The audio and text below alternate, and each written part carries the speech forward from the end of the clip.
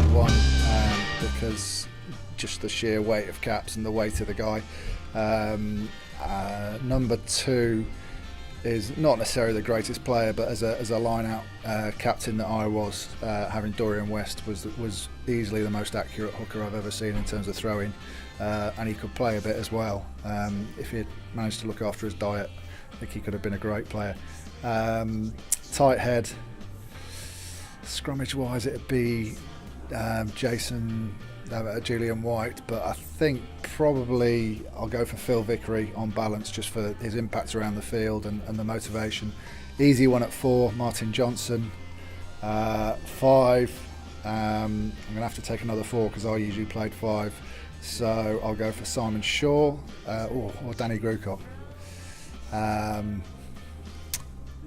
I'll take Shawsey, just again a different style of player to myself, and always difficult to play against. 6, Richard Hill, probably the most underrated English player there's been.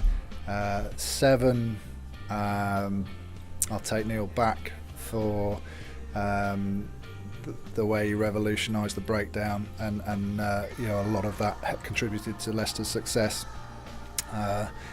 8, Martin Corrie, Lawrence Dallaglio. I'll take Lawrence because he, in terms of the power carrying game and what he brought to England as a leader, was obviously very important in the glory years. 9, God, that's a tough one. I'm going to have to go for Austin Healey because of his mouth and the fact that he wouldn't let me live it down if not. But the way more Austin's a Leicester player rather than an England player, and certainly someone helped me when I first joined the club. 10, I would go, no surprises, for Johnny Wilkinson, and just the way he played and his dedication.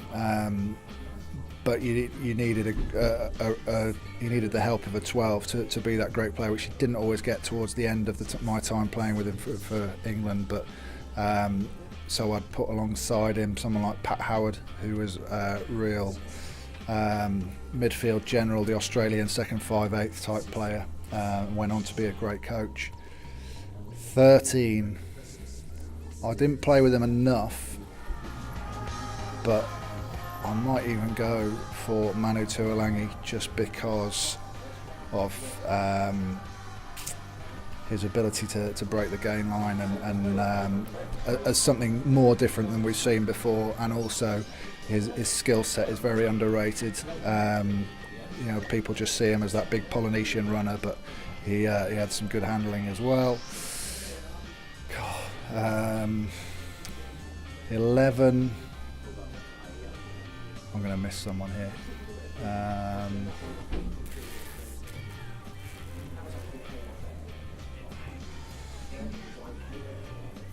11, I'm going to put probably the best player I ever played with, Jason Robinson. Revolutionised rugby union in his ability as a small guy to be able to stay on his feet and always break that first, or get through the first couple of tackles. So it meant that he could counter-attack from anywhere and stay on his feet and not get turned over. 14, I'll come back to 14, I'll do fullback Jordan Murphy.